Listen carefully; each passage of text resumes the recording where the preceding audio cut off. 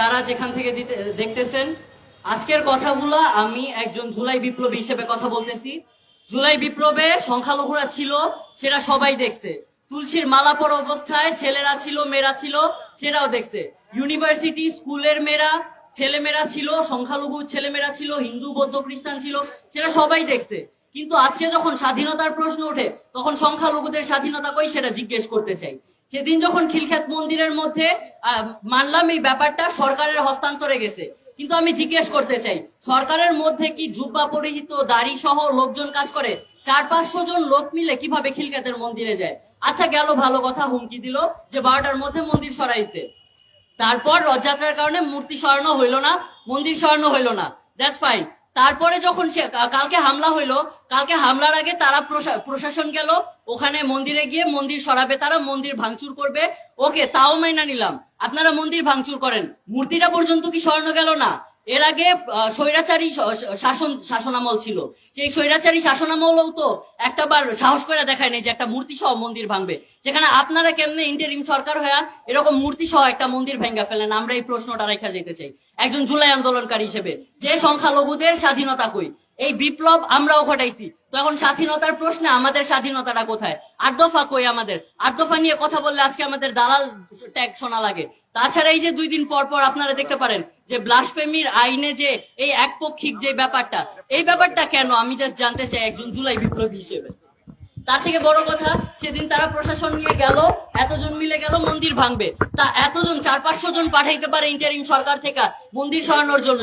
তা আমি জিজ্ঞেস করতে চাই, তাহলে 20-30 জন মিললা কি মূর্তিটা সরানো যায় নাই? 400-500 লোক গিয়ে যদি মন্দির ভাঙতে পারে, তাহলে 20-30 জন কেন আসতে পারেনি একটা মূর্তি সরানোর জন্য?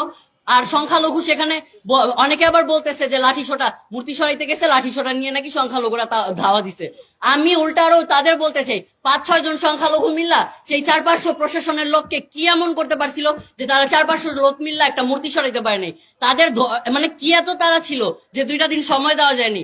এতগুলা প্রশ্নের উত্তর কি প্রশাসনের কাছে আছে, সরকারের কাছে আছে? আমি জিজ্ঞেস করতে চাই একজন জুলাই আন্দোলনকারী হিসেবে। আমাদের যতদিন না 8 দফা বাস্তবায়ন হবে, ততদিন আমরা কিভাবে মানবো যে আমরা স্বাধীনতা পাইছি? আমাদের স্বাধীনতা দেখান আপনারা।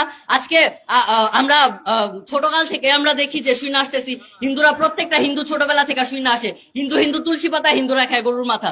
কোরবানির আগে একদল আমাদের ওপর কথা শোনানো হয়। শুধু তাই না, আপনি দেখবেন দিনের পর দিন উগ্ররা বাইরে চলতেছে, উল্টা পাল্টা আমাদের ওপর কথা বলাইতেছে।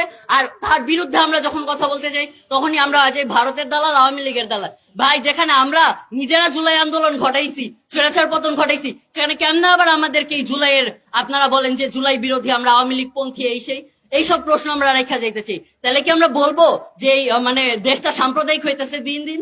আমরা 24-এর আন্দোলনে দেখছি, আমি নিজে গুলি খাওয়া পাবলিক, আমাকে একজন মুসলিম ভাই আমারে নিয়ে গেছে হসপিটালে। তো এইসবের পর তো আমরা এক্সপেক্ট করি নাই যে 24-এর আন্দোলনের পর আবার এসব হবে। যেখানে আমরা অসাম্প্রদায়িকতার একটা প্রতিচ্ছবি দেখছিলাম, সেখানে কেন আবার এরকম একটা ব্যাপার শুরু হইতেছে? সাম্প্রদায়িকতা কেন শুরু হইতেছে?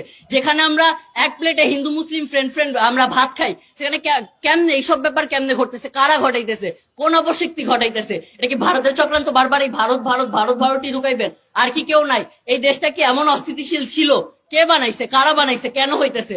আর যখন এইসব কথা বলতে যাই, তখনই বলেন যে এই দেশে সবকিছু ঠিক আছে, এই দেশে কোনো কিছু হইতেছে না। ভাই, যেখানে আগের স্বৈরাচারী সরকার এত বড় স্বৈরাচার ছিল, তো সেই সরকার পর্যন্ত সাহস করে নাই মূর্তি সহ মন্দির ভাঙার। সেখানে আপনাদের মানে কি এমন বিগড়াইছিল ওই মূর্তিটা আর ওই মন্দিরটা যে আপনাদের মানে মূর্তি সহ মন্দিরটা ভাঙতে হইলো? আর এখানে আমি 1000টা মসজিদ মাদ্রাসা দেখাইতে পারবো বাংলাদেশের মধ্যে, যে মসজিদ মাদ্রাসাগুলা মানে জমি সংক্রান্ত মামলায় ভুগতেছে, অভিযোগে ভুগতেছে। তো এইসব ভাঙা হইতেছে না কেন? মানে এরকম একপাক্ষিক কেন, এরকম এক নজরদারি কেন? আমি জানতে চাই একজন জুলাই বিপ্লব হিসেবে। মানে এই ধরনের যদি হইতে থাকে, তাহলে স্বাধীনতা বলবো যে স্বাধীনতা সংখ্যাগরিষ্ঠরাই পাইছে। আপনার নেক্সট টাইম তাহলে আর কখনোই এরকম মানে সংখ্যালঘুরা স্বাধীনতা পাইছে এই কথাটা বলতে দেন না। আর দিন শেষে কথা ভাই একটাই, যতদিন না সংখ্যালঘুদের 8 দফা পূরণ হইতেছে, ততদিন আমরা সংখ্যালঘুরা স্বাধীনতা মানবো না, বা আমরা স্বীকার করবো না যে আমরা স্বাধীনতা পাইছি। ধন্যবাদ। ধন্যবাদ সবাইকে। আপনারা যারা বক্তব্য